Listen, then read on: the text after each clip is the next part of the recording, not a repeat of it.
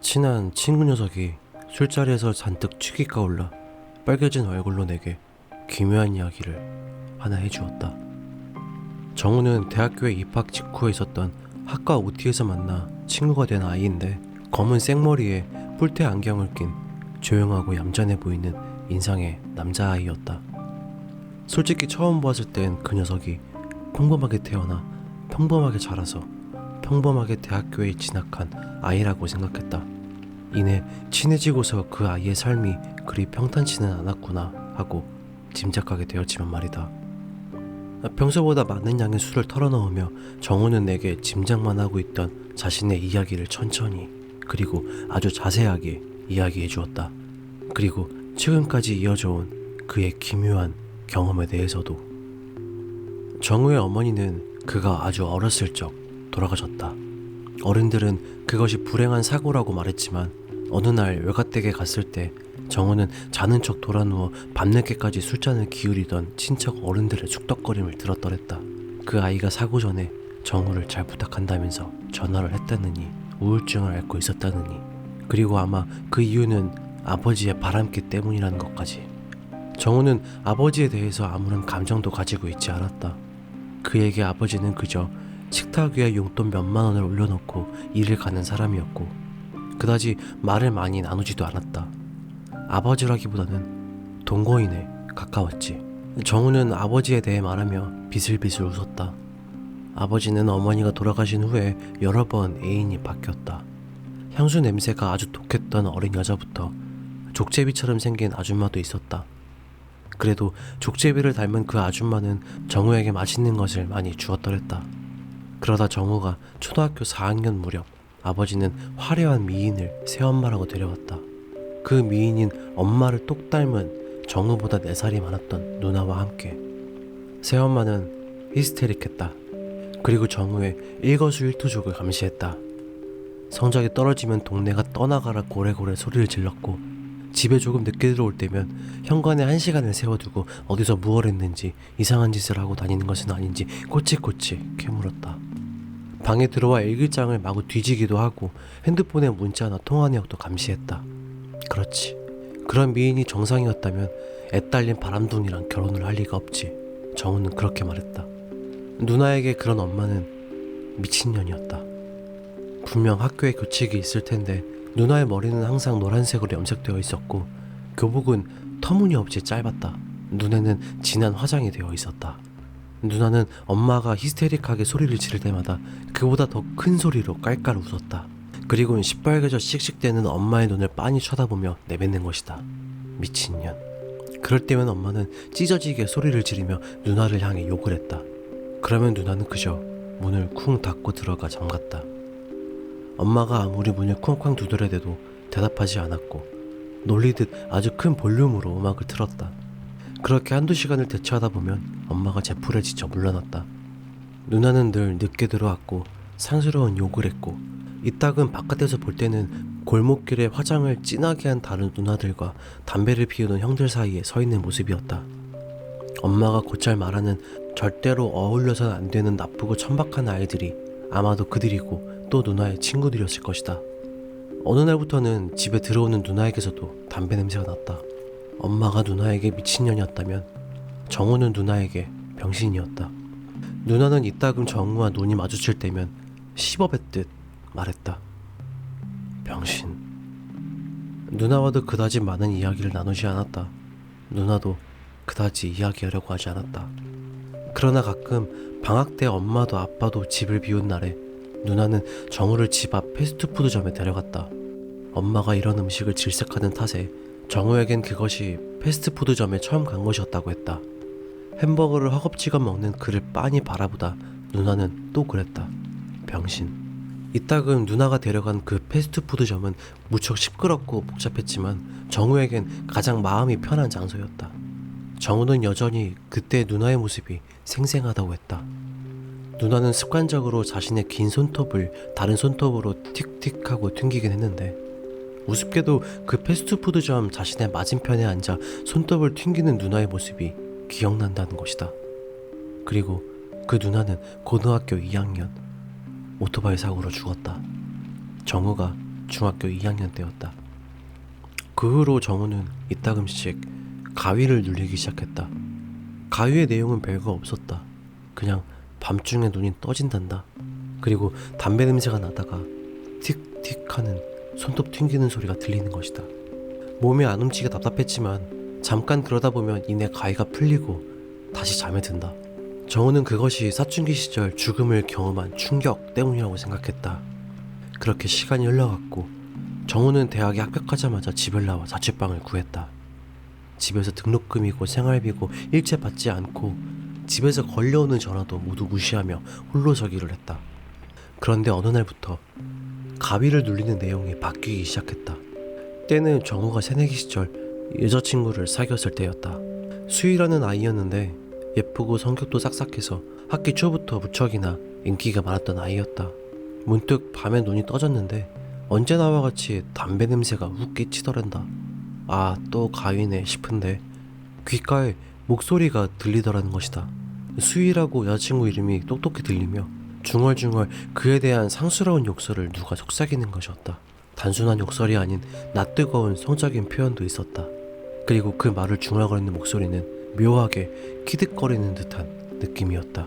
게다가 가위를 눌리는 빈도수가 늘어나 평소엔 한두 달에 한 번쯤 눌릴까 말까 했던 가위가 일주일에 3-4번씩 오더란다. 밤마다 가위에 눌리니 제대로 잘 수는 없고 피로는 쌓이고. 정우는 고민하다가 학교 선배에게 최근 가위를 심하게 눌린다고 상담하였더니 그 선배가 정우를 날름 점집에 데려다 앉혀놨단다. 나중에 알고 보니 그 선배 이모님이 무당이셨다고. 정우가 반신반의하면서 들어갔는데 고작 들은 거라곤. 뭐가 있긴 한데 뭐 그렇다고 좋은 건 아닌데 그렇다고 또 해코지하려고 나쁜 건 아니야. 그런 이도저도 아닌 대답만 듣고 불신만 가득 얻고 돌아왔다. 그날 밤에도 가위를 눌렸는데 또다시 여자친구 수위를 상스럽게 조롱하는 목소리를 들으며 이게 해코지하는 게 아니라니? 하며 그 무당에 대한 불신은 점점 깊어졌다. 그러다 결국 정우는 사귄 지 100일도 안 되어 수희와 헤어졌다. 수희를 볼 때마다 그 욕설들이 생각나 미안하기도 하고 수희 때문에 가위를 눌리는 거라는 말도 안 되는 원망스러운 생각도 들고 이 때문에 연애하다가 말도 곱게 나가지 않고 여러 가지가 겹쳐서 정우는 수희에게 이별을 고했다. 수희가 헤어지니 가위가 뚝 그쳤다. 그 후로 몇 번 더 가위를 눌리는 일이 있었지만 이전처럼 담배 냄새와 틱틱하는 손톱 튕기는 소리만 들렸을 뿐이었다. 정우는 저것이 진짜 누나인지 아니면 누나인 척하는 미친 귀신인지 모르겠다고 말했다. 진짜 누나라면 제 연애사에 간섭할 것은 무엇이며 누나인 척하는 미친 귀신의 괴롭힘이거든 왜 고등학교 때 여친들 잘 사귈 땐 조용해놓고 이제 와서 이 지랄인 것이냐. 정우의 답답함은 커졌지만 그 일은 그럭저럭 그렇게 지나갔다.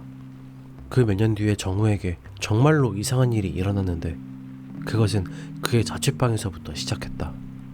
정우는 제대 후 자취방을 새로 구하던 중이었다. 싼 가격, 좋은 위치, 마음 쏙 드는 방을 발견하여 그리로 이사했는데 그 집이 무언가 이상했던 모양이다. 벽에는 자꾸 곰팡이가 슬고 음식이 냉장고에 두었는데도 금세 상했다. 햇빛과 바람이 잘 들지 않아 그런가 싶었는데 정우 혼자 사는 방에서 자꾸 긴 머리카락이 발견되었다. 전에 살던 사람의 흔적인갑다 대수롭지 않게 넘겼지만 그 집에 이사간 지 일주일 만에 정우는 이상한 악몽을 꾸게 되었다. 침대에 누워있는데 바깥에서 다다다닥 다다닥 다다다닥 하는 소리가 들리는 것이다. 무슨 소리지 하고 침대에 누워 방 밖으로 고개를 돌리니 긴 머리의 여자가 내 발로 뛰어다니고 있다. 다다다닥 다다닥 다다다닥. 그러다 휙 저에게 고개를 돌려 눈을 맞춘다는 것이다. 깨어보면 그 얼굴은 기억나지 않고 온몸이 식은땀에 젖어 있었다. 방에 혼자 있는 것이 무서워 친구들을 부르기도 하고 다른 친구네 집에서 자기도 동아리 방에서 잠을 자기도 했다. 하지만 매일같이 그럴 수는 또 없는 노릇이지 않은가. 며칠 만에 집에 들어가 잠을 자면 또 내 발로 뛰어다니는 그 여자 꿈을 꾸었다. 그리고 꿈은 점점 진화했다. 처음엔 여자가 고개를 돌려 눈을 맞추면 끝나던 꿈이 길어졌다. 여자는 정우가 있는 쪽을 휙 쳐다보고 다다다닥 정우를 향해 달려왔다. 처음엔 방문 앞까지, 그 다음엔 방문을 넘어서, 그 다음엔 침대 옆까지, 그리고 침대까지 닥쳐온 꿈을 꾼 날 정우는 부들부들 떨며 지푸라기라도 잡는 심정으로 예전에 무당집을 소개해준 선배에게 전화를 걸었다. 선배는 이모님이 부재 중이시라며 3일 뒤에 만나자고 약속했고 정우는 속으로 3일만 버티자 생각했다고 한다. 3일 동안은 동아리 방이나 학교실에서 자겠다고 마음먹었는데 그 전날 낮에 잠깐 전공책을 가지러 집에 들렸다. 그러다 핸드폰 배터리가 간당간당해서 배터리를 충전해야지 두고 잠깐 쉰다는 걸 그만 깜빡 잠이 들어버린 것이다. 그리고 그 네 발로 뛰어다니는 여자가 다시금 꿈에 나왔다. 정우는 눈을 질끔 감았다. 다다다닥 하는 소리와 함께 여자는 정우의 위에 올라탔다. 목을 꽉 조였다. 꿈일 텐데도 목이 졸리는 느낌이 들었다. 눈을 감았는데도 여자의 얼굴이 보였다. 시뻘건 눈에 시체처럼 푸른 피부. 긴 머리의 여자는 입이 귀까지 찢어져라 활짝 웃고 있었단다. 죽는 건가?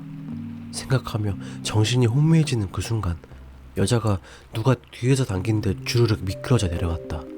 그리고 담배 냄새가 났다. 정우는 그때 슬쩍 눈을 떴다. 항상 냄새에 또는 소리였는데 그때는 정우의 눈에 똑똑히 보였다. 노랗게 염색을 한 머리의 여자가 지팡이 따위를 들고 그 긴 머리의 여자를 개패듯 패더란다. 바닥에 엎드려 놓고 온 힘을 다해 풀스윙으로 두들겨 패는데 자신은 정확히 사람은 아니지만 사람의 형체가 그렇게 두들겨 맞는 것을 처음 봤다고 한다. 그렇게 한참을 미친듯이 두들겨 패던 여자가 드디어 멈추고 미동도 없는 긴 머리 여자의 머리채를 잡고 질질질 끌고 방 밖으로 나갔다.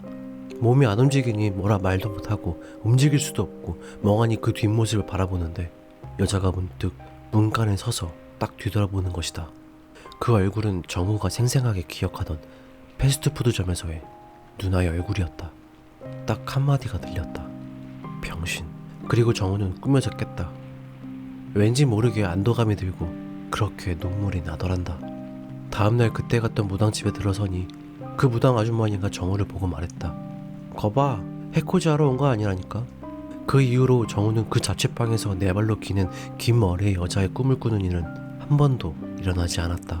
그저 또다시 아주 가끔 담배 냄새와 함께 손톱을 튕기는 소리를 듣는 가위를 눌렀을 뿐이었다. 정우는 나에게 이 기묘한 얘기를 해주곤 술에 취해 패스트푸드점에 들러 햄버거 세트를 샀다. 그 다음 날이 누나 제삿날이란다. 가족 중엔 아무도 누나 제삿날을 챙기지 않는다고 지가 그냥 누나 좋아하던 햄버거 세트를 사서 놓는 게 제사 대신에 연례 행사란다. 격식 하나 없는 제사상이지만 누나는 딱히 신경 안 쓸 것 같단다. 그게 진짜 누나인지 아님 누나 탈을 쓴 귀신인지 모르겠지만 깊이 생각 안 하려고 한다며 햄버거 세트를 안고 정우는 집으로 돌아갔다. 나는 무속인도 아니고 그러한 능력은 쥐뿔 만큼도 없지만 나는 그게 정우의 누나라고 생각한다. 정우는 아직 모르는 모양이지만 정우의 전 여자친구였던 수희 그 계집애, 그 뒤로 남자친구들이 몇 명 있었는데 나중에 듣기로 그 남자친구들에게 고액을 빌려서 잠적탔단다. 어디 사이비 종교에 심취해서 돈을 긁어 빌리려다 거기에 다 헌금했다나. 나도 수희 부탁에 30만원 정도를 빌려준 적이 있었는데 받긴 글렀다. 내 친구에겐 그의 누나 귀신이 붙어있다. 뭐 딱히 좋은 건 아닌데 해코지 하는 것도 아니란다.